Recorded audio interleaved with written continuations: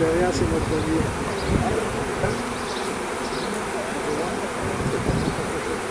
La faune et la flore qui nous entourent prennent de plus en plus d'importance.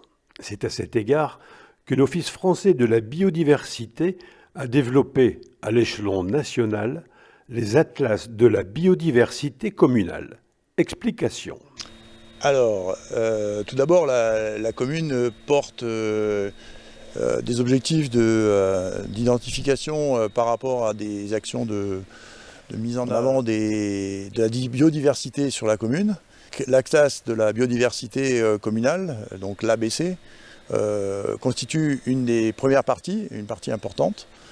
Il s'agit de recenser et de connaître les espèces qui forment la biodiversité de la commune. L'atlas portera sur l'ensemble du banc communal avec certains zooms ou focus qui seront portés sur des zones plus riches que d'autres et qui permettront de mieux connaître la faune, la flore et la fonge, les champignons qui s'y trouvent, pour permettre à la fois de mesurer les enjeux de ces territoires ou de ces zones qui seront identifiées et également de les faire connaître à l'ensemble de nos citoyens qui pourront en profiter et les respecter.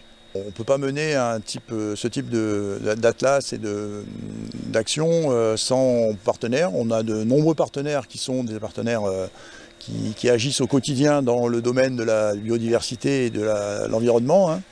Il y a notamment la Ligue de protection des oiseaux, le Conservatoire botanique d'Alsace et de Lorraine, la Maison de la nature de Muttersholtz, Nature Ried Erstein, les éco-citoyens et Canopter, parmi tant d'autres, qui seront nos partenaires tout au long de cette démarche et qui seront même acteurs à la fois de la connaissance et des animations qui viendront.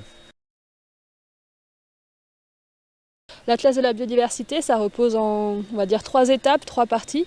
La première, donc, qui est la plus importante puisque c'est la base de l'ABC, c'est la réalisation d'inventaires naturalistes par les partenaires avec qui nous nous associons. Donc ça va être des inventaires de la faune, donc les animaux, de la flore, les plantes, mais également de la fonge, les champignons. Ça permettra d'avoir un visuel de la biodiversité sur le territoire d'Erstein. Ensuite, donc, ces données vont conduire à la réalisation d'un plan d'action par la commune, en lien avec les habitants, pour préserver cette biodiversité que nous avons découvert au travers des inventaires.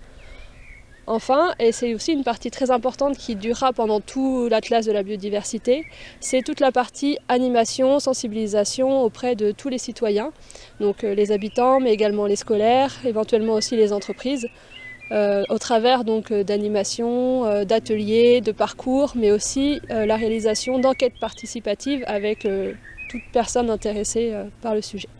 Généralement, un atlas de la biodiversité, ça prend 2 à 3 ans, puisque déjà les inventaires prennent généralement 1 an pour pouvoir voir la biodiversité sur toute une année, donc à toutes les saisons.